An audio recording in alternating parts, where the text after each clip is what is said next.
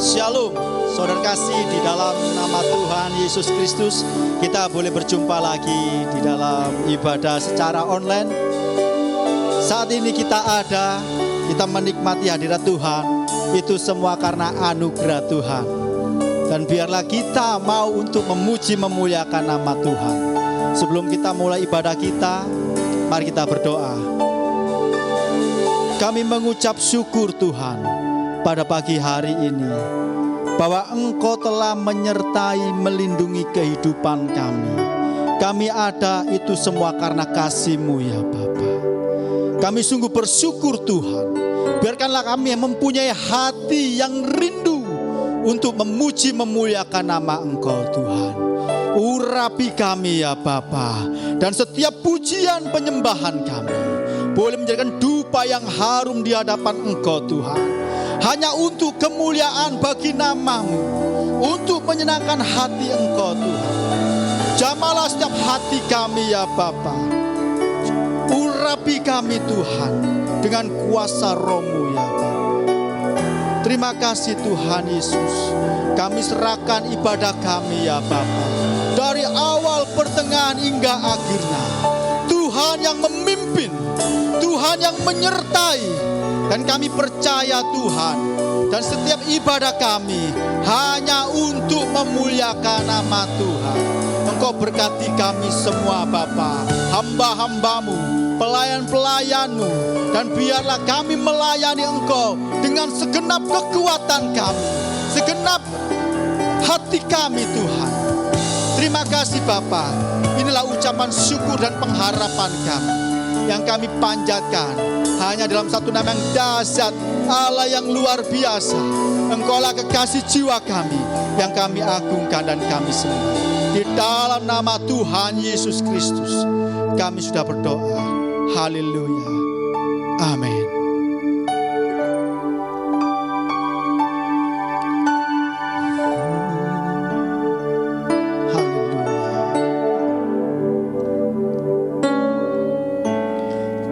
Tak membawa apapun juga saat ku datang ke dunia.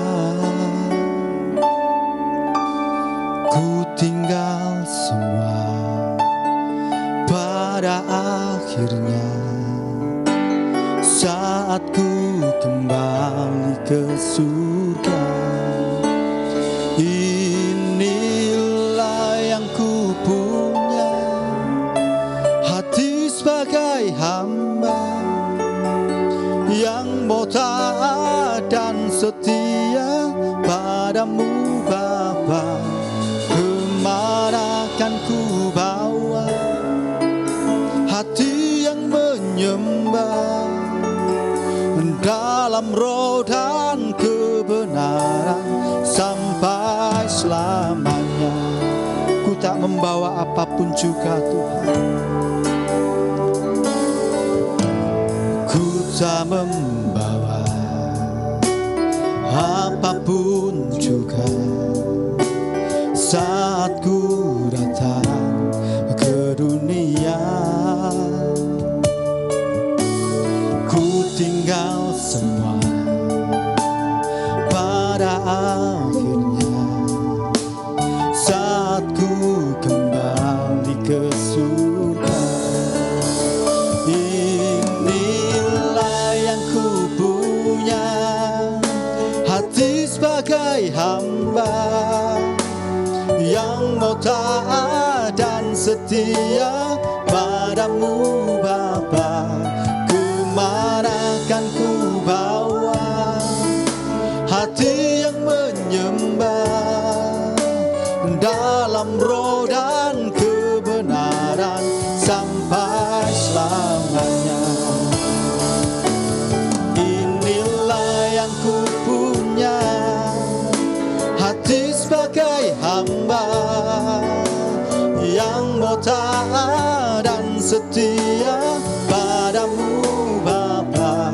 Kemana kan ku bawa hati yang menyembah dalam roh dan kebenaran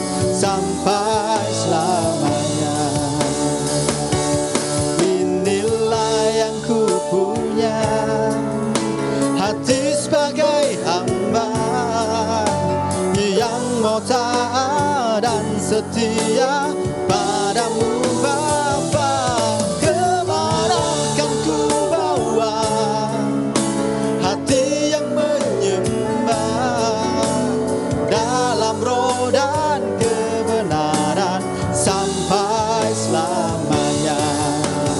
Dalam roh dan kebenaran sampai selamanya. Dalam roh dan kebenaran sampai selamanya.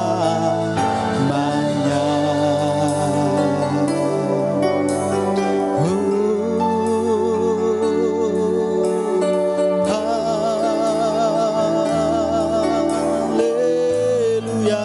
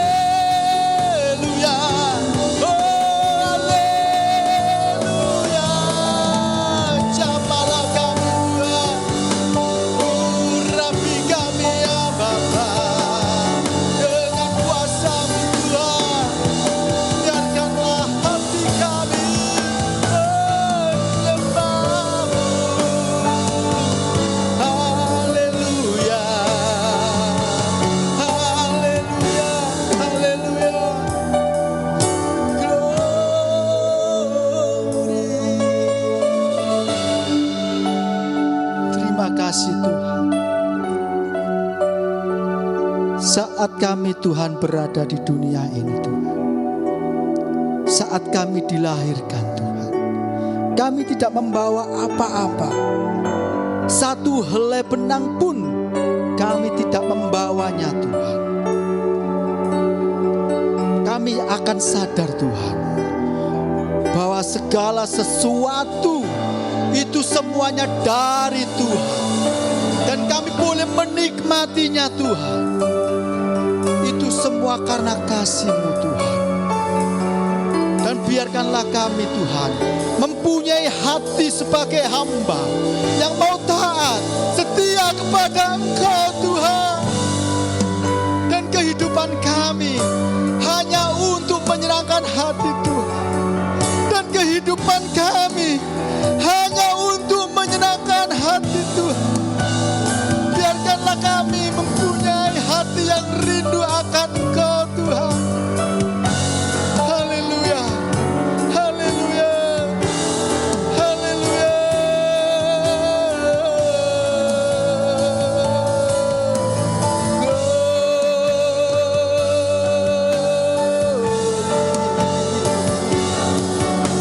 Glory,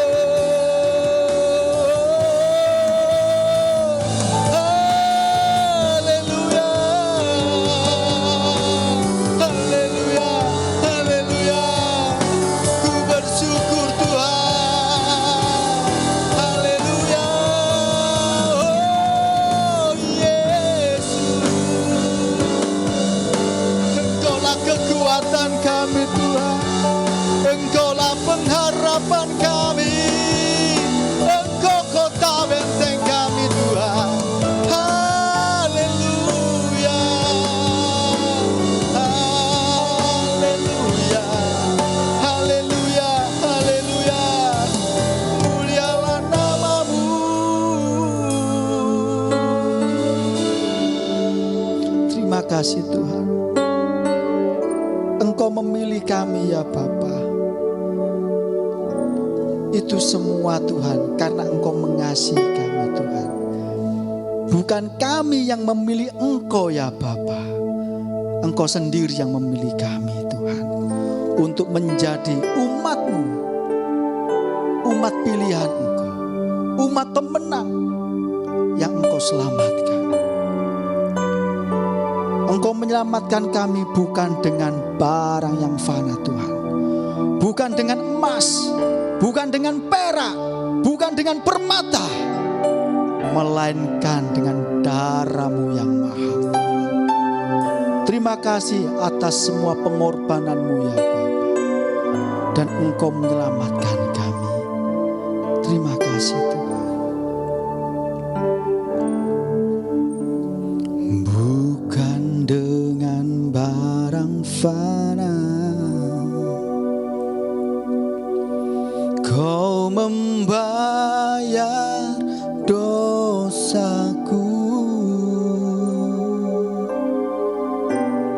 dengan darah yang mahal.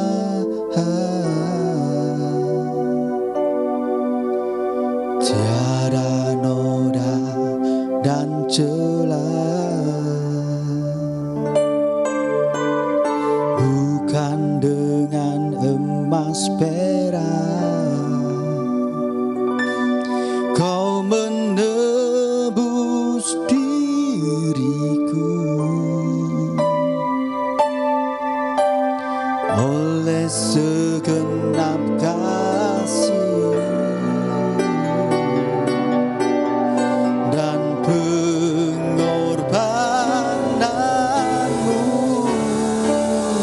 ku telah mati dan tinggalkan cara hidupku yang lama. Semuanya sia-sia dan tak berarti lagi. Hidup ini ku letakkan pada mezbah-Mu ya Tuhan. Jadilah padaku seperti yang Kau ingini, bukan dengan barang yang fana Tuhan. Engkau menebus kami, bukan dengan barang fana. Kau membayar dosaku, dengan darah yang mahal. Tiada noda dan celah, bukan dengan emas perak Kau menebus diriku. Oleh segenap kasih dan pengorbanan-Mu, ku telah mati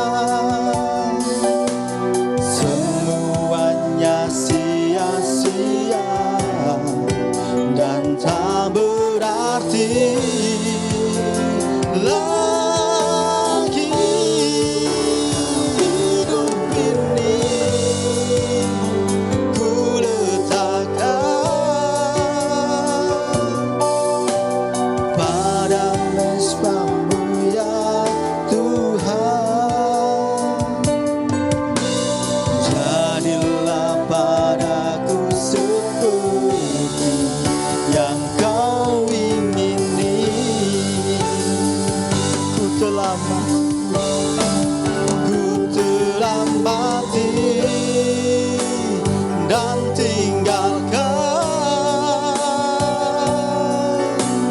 cara hidupku yang lama.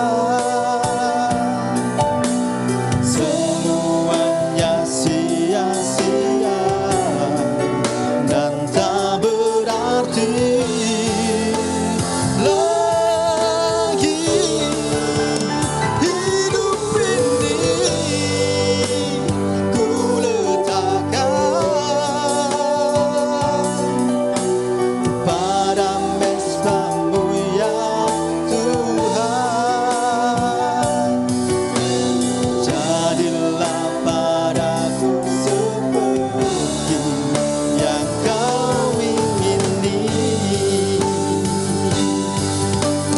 Ku telah mati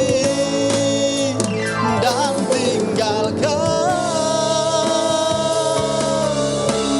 cara hidupku yang lama.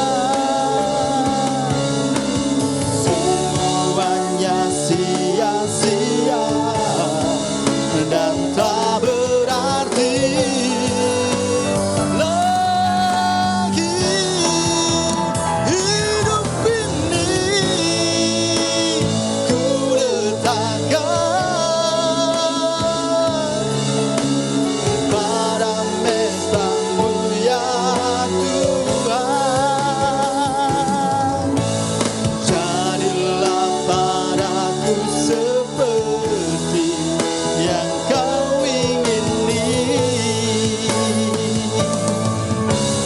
Jadilah padaku seperti yang kau ingini. Jadilah padaku seperti yang kau ingini.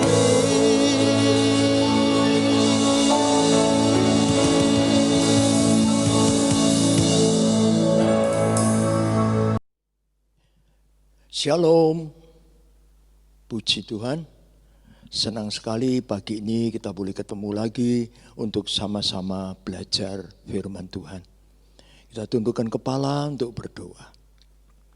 Kami bersyukur Tuhan, Engkau baik, Engkau mengasihi kami dalam keadaan dan saat-saat seperti ini.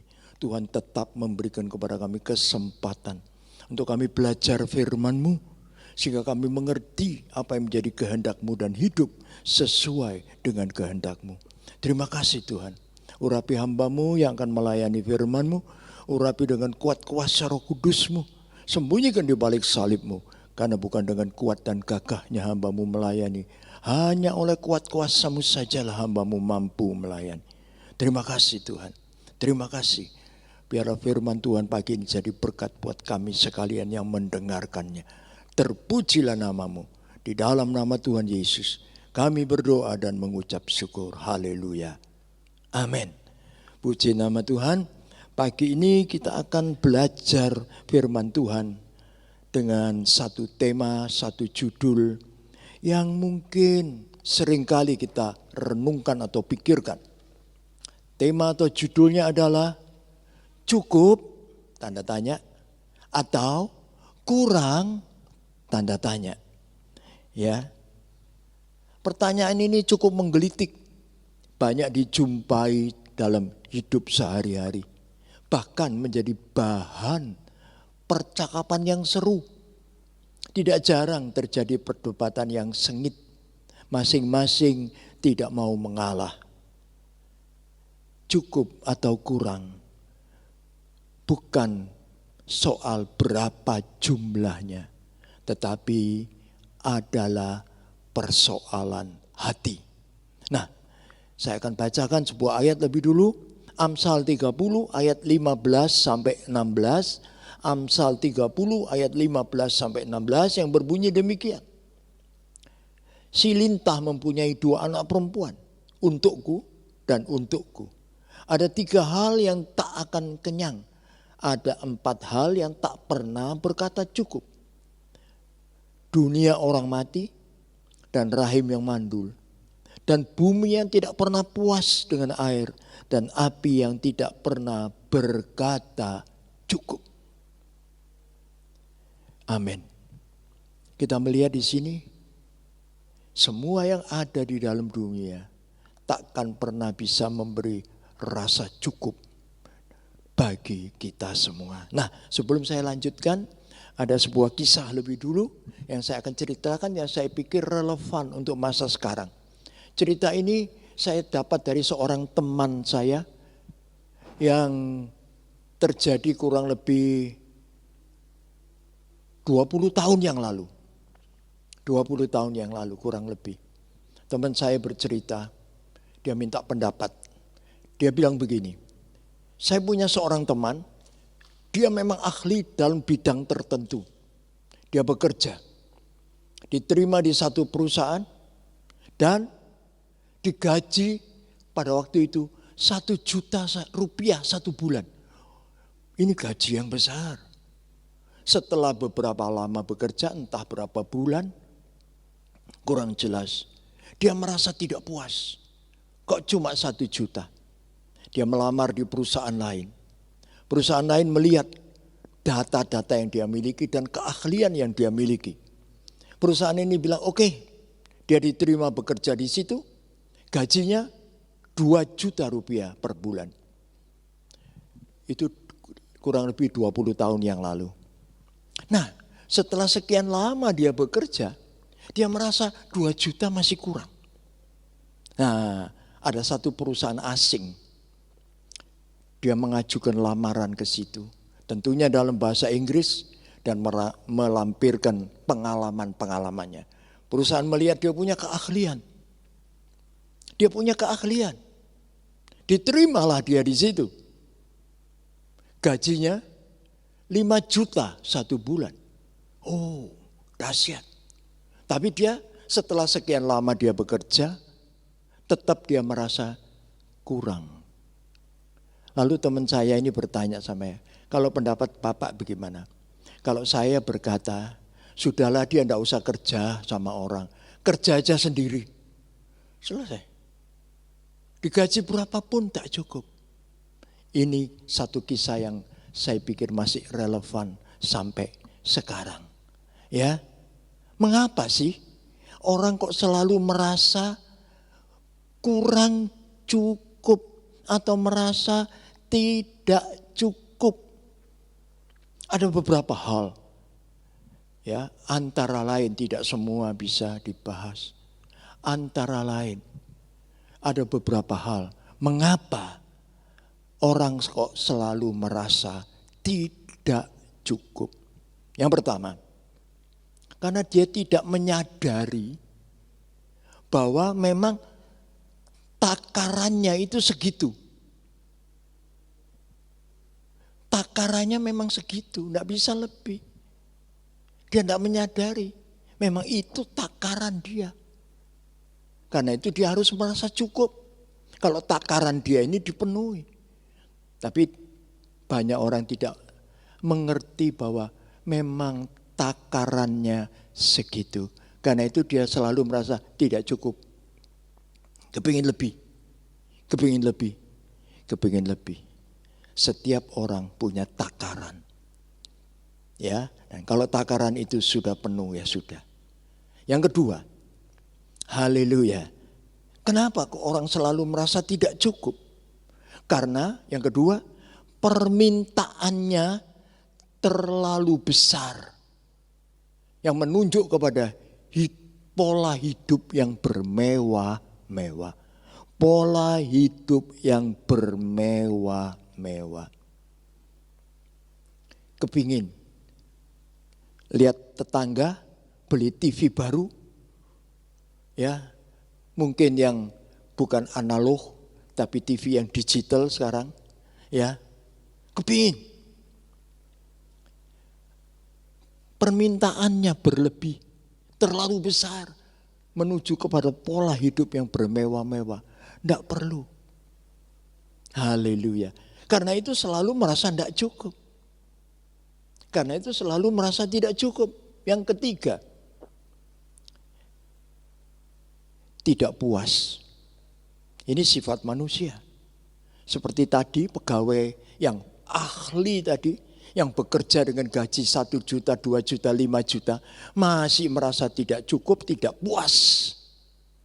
Sifat manusia tidak pernah puas. Harus diakui. Ya. Nah, kemudian yang keempat.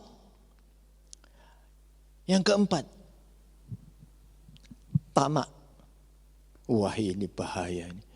Tamak itu berarti selalu ingin lebih. Selalu ingin lebih. Selalu ingin lebih. Aku masih kurang. Aku masih kurang. Aku masih kurang. Tamak. Firman Tuhan selalu mengajar kita. Kita tidak boleh jadi orang yang tamak. Tidak boleh. Selalu kepingin lebih, selalu kepingin lebih, selalu kepingin lebih. Haleluya. Dan yang kelima, kenapa orang selalu merasa tidak cukup? Yang kelima, tidak menghargai berkat Tuhan. Tuhan tahu seberapa besar berkat yang Dia berikan kepada kita, sesuai kemampuan kita untuk menerimanya. Jadi tidak menghargai berkat Tuhan. Selalu berkata kurang, tidak cukup, tidak cukup, tidak cukup. Tidak pernah bisa menghargai berkat Tuhan. Sebab itu kita melihat bahwa manusia tidak pernah bisa berkata cukup. Selalu kurang. Ya, nah, sebelum saya lanjutkan, ada sebuah kisah yang mau saya ceritakan. Kisah ini indah sekali dan bagus sekali. Saya terima dari seorang hamba Tuhan lewat WA. Ya, nah, ada seorang petani yang menemukan sebuah mata air yang ajaib. Kenapa kok ajaib? Sebab mata air itu mengeluarkan kepingan emas. Kepingan emas. Ya, luar biasa. Mancur yang jatuh kepingan emas. Luar biasa. Yang tidak terhingga banyaknya. Yang tidak terhingga banyaknya. Petani itu melihat itu. Ya, langsung dia pulang ke rumah. Ambil bejana atau ember untuk menampungnya. Sebanyak ember yang dia punya. Dia isi penuh, bawa pulang ke rumah. Masih terus kepingan emas itu jatuh di depan matanya. Ya, kemudian ambil karung, ambil macam-macam yang ada di rumahnya. Untuk diisi, penuh, bawa pulang lagi. Sampai akhirnya tidak ada lagi yang bisa dibawa untuk diisi. Dia buat apa? Dia timbun emas itu di rumahnya. Rumahnya penuh emas, masih kurang. Dia gali lubang besar, isi dengan emas. Masih kurang, emas itu terus keluar. Dan apa terjadi? Petani itu mati tertimbun emas. Saya ingat pepatah lama. Ya. Mati semut karena gula. Ini. Kenapa? Petani itu tidak pernah puas. Sebetulnya pada waktu dia sudah mengumpulkan cukup emas untuk hidup mungkin 7 turunan. Satu kata aja dia harus ucapkan supaya emas itu berhenti. Cukup. Maka pancuran emas itu akan berhenti. Tapi dia tidak pernah ucapkan kata cukup. Luar biasa. Kata cukup ini memang nampaknya agak sulit. Agak sulit saya bilang. Bukan sulit, agak sulit. Sebab ada yang bisa ngomong begitu. Ya, ada meskipun tidak banyak. Mungkin kita merasakan berkat Tuhan yang luar biasa dalam hidup kita. Kita bisa berkata, Tuhan, berkat-Mu cukup bagiku. Berkat-Mu cukup bagiku. Jadi kita tidak usah minta. Berarti kurang. Ya, nah perhatikan. Selalu kurang. Hampir semua pegawai merasa gajinya belum sepadan dengan kerjanya. Masih kurang. Pengusaha selalu merasa pendapatannya masih di bawah target. Masih kurang. Haleluya. Istri mengeluh, suaminya kurang perhatian. Suami mengeluh, istrinya kurang pengertian. Anak-anak mengeluh, orang tuanya kurang murah hati. Kurang. Haleluya. Kapankah kita merasa cukup? Sekali lagi saya katakan, cukup atau kurang bukan persoalan jumlah. Tetapi cukup atau kurang itu adalah masalah hati. Nanti kita akan lihat. Puji nama Tuhan. Haleluya. Ya, nah, mari. Kapan kita merasa cukup? Kapan kita merasa cukup?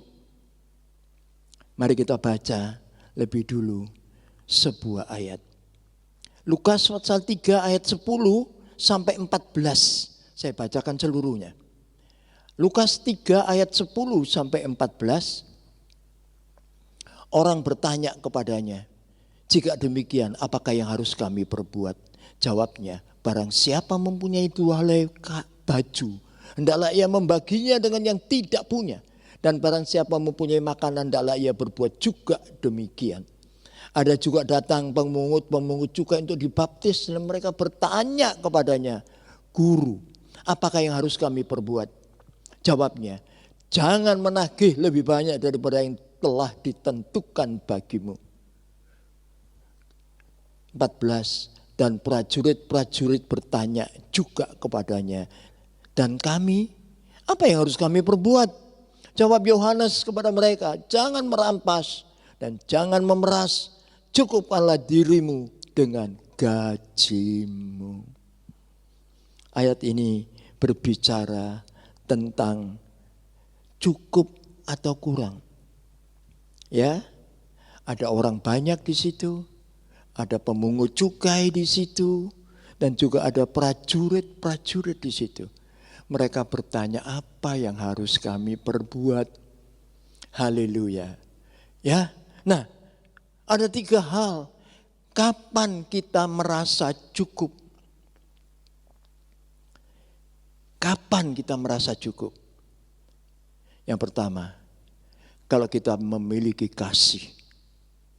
Kasih kepada Tuhan, kasih kepada sesama. Maka kita akan merasa cukup. Mengapa? Sebab kalau kita cinta Tuhan, cinta sesama, maka ayat yang kita baca mengatakan, kita mau dalam tanda kutip memberi. Haleluya. Ya, jika kamu punya 2 baju, kasih orang 1. Memberi, berbagi. Itu orang yang cukup. Haleluya. Mau memberi, mau berbagi. Ya, berkali-kali saya sudah ceritakan. Kenapa sih kok kamu tidak memberi persembahan kepada Tuhan? Teman saya cuma jawab begini, Tuhan kan tahu saya masih banyak kebutuhan. Orang yang cinta Tuhan tidak ngomong begitu. Ya, dia merasa cukup dengan berkat Tuhan. Sebab itu dia mau memberi, dia mau berbagi. Ini orang yang merasa cukup. Yang kedua, orang merasa cukup kenapa? Karena dia jujur. Jujur. Orang jujur itu cukup. Kenapa? Tidak menipu. Tidak bohongi. Tidak nilep. Itu orang jujur. Orang jujur itu cukup. Karena itu untuk pemungut cukai, firman Tuhan ngomong apa? Jangan nagih lebih daripada yang harus kamu tagih. Jujur. Tidak mau berbuat curang. Tidak mau menipu. Mengapa? Sebab sudah merasa cukup. Puji nama Tuhan. Yang ketiga, haleluya, dari kisah ini. Orang yang merasa cukup. Merasa semua yang Tuhan berikan kepadanya sudah cukup. Ya. Itu adalah orang yang beriman dan percaya kepada Tuhan. Beriman dan percaya kepada Tuhan. Firman Tuhan yang kita baca mengatakan, jangan merampas, jangan memeras, cukupkanlah dirimu dengan gajimu. Berarti beriman dan berserah kepada Tuhan. Haleluya. Ini orang yang merasa cukup. Jadi dari ayat ini kita bisa belajar bahwa orang yang merasa cukup adalah orang yang memiliki kasih. Kasih kepada Tuhan dan kasih kepada sesama. Sehingga mau memberi, mau berbagi. Orang yang mau memberi, orang yang mau berbagi. Itulah orang yang merasa cukup. Dan yang kedua, jujur. Tidak menipu. Tidak berbuat macam-macam. Jujur. Ini orang yang merasa cukup. Dan yang ketiga, orang yang merasa cukup adalah orang yang berserah dan beriman kepada Tuhan. Dia sanggup memenuhi segala kebutuhanku. Puji nama Tuhan, ya. Nah, inilah pelajaran buat kita. Ayo belajar lakukan ini. Kapan kita merasa cukup? Kalau kita memiliki kasih, kita jujur. Ya, sehingga kita tidak menipu dan kita beriman dan berserah kepada Tuhan. Yang kedua, bagaimana, kapan kita merasa cukup? Filipi pasal 4 ayat 11 mengatakan demikian. Kukatakan ini bukanlah karena kekurangan, sebab aku telah belajar mencukupkan diri dalam segala keadaan. Belajar mencukupkan diri dalam segala keadaan. Kata belajar berbicara tentang usaha, kemauan. Jadi kita harus berusaha dan mau untuk merasa cukup. Belajar merasa cukup. Belajar merasa cukup. Ada usaha, ada kemauan. Terima kasih Tuhan, berkat-Mu cukup bagiku. Berkat-Mu cukup bagiku. Ada usaha, kemauan, belajar, mencukupkan diri dalam segala perkara. Puji Tuhan. Ya, ini firman Tuhan. Dan kalau kita tidak mau belajar, kita tidak mau berusaha, kapan bisa? Tidak mungkin bisa. Habis itu firman Tuhan selalu mengajarkan kepada kita, ayo belajarlah.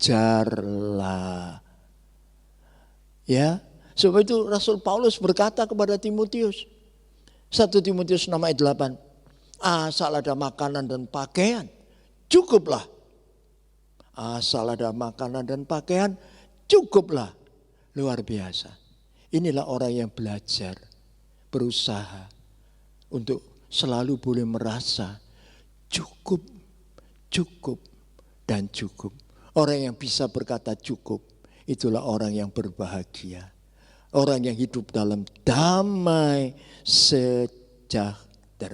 Yang ketiga, kapan kita merasa cukup? Bagaimana kita bisa merasa cukup? Yang ketiga, yaitu kita harus yakin akan janji dan pemeliharaan Tuhan. Ibrani 13 ayat 5 mengatakan, janganlah kamu menjadi hamba uang dan cukupkanlah dirimu dengan apa yang ada padamu, karena Allah telah berfirman, aku sekali-kali tidak akan membiarkan engkau dan aku sekali-kali tidak akan meninggalkan engkau. Luar biasa. Ini janji Tuhan buat kita. Kita harus meyakini janji Tuhan ini. Bahwa Dia berjanji memelihara kehidupan kita. Dia berjanji menjaga kehidupan kita, mencukupkan segala apa yang menjadi kebutuhan dan keperluan kita. Puji nama Tuhan. Puji nama Tuhan. Ini janji Tuhan. Mencukupkan apa yang menjadi kebutuhan dan keperluan kita. Harus dibedakan antara kebutuhan dan keinginan. Kebutuhan dan keinginan itu beda. Janji Tuhan, semua apa yang kita butuhkan dalam hidup ini, Dia pasti akan penuhi. Kalau keinginan nanti dulu. Ya, kalau keinginan nanti dulu. Tuhan punya waktu untuk memberikan apa yang menjadi keinginan kita nanti dulu. Karena itu, kalau kita berdoa kepada Tuhan, Tuhan seringkali menjawab doa kita dengan kata, tunggu dulu, belum waktunya. Haleluya. Ya, karena itu kita mesti percaya, yakin akan janji-janji Tuhan ini. Nah, kalau sudah begitu, apa wujudnya? Kalau kita sudah merasa cukup, ya, dengan memiliki kasih, jujur, beriman dan berserah kepada Tuhan, belajar, berusaha, ya, mau untuk hidup dalam kecukupan berkat Tuhan. Dan yang kelima, yakin janji dan pemeliharaan Tuhan. Apa wujudnya? Apa tandanya? Di dalam kehidupan kita mesti ada tandanya. Kalau tidak ada tandanya, tidak kelihatan. Apa tandanya? Haleluya. Puji nama Tuhan. Apa tandanya? Sederhana. Ditandai dengan selalu mengucap syukur kepada Tuhan. Ini tandanya. Kita merasa puas. Haleluya. Kita sudah puas. Kita sudah cukup. Kita merasa aku sudah dicukupi oleh Tuhan. Tandanya, wujudnya dalam hidup kita. Selalu mengucap syukur kepada Tuhan. Selalu mengucap syukur kepada Tuhan. Orang yang selalu mengucap syukur kepada Tuhan, itu tanda bukti bahwa dia sudah merasa cukup. Aku tidak kekurangan lagi.